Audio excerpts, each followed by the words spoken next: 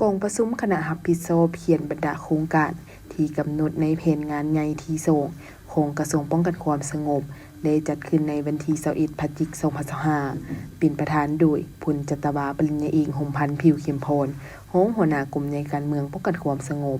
มีคณะรับผิดชอบกองลีขาและภาคส่วนที่เกี่ยวข้องเข้าร่วม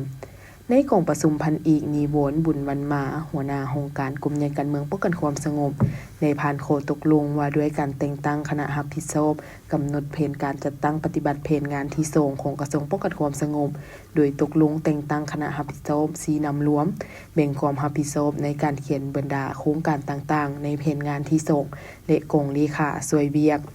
ในนี้แบ่งความรับผิดชอบในการเขียนบรรดาโครงการต่างๆในแผนงานที่ส่งคือ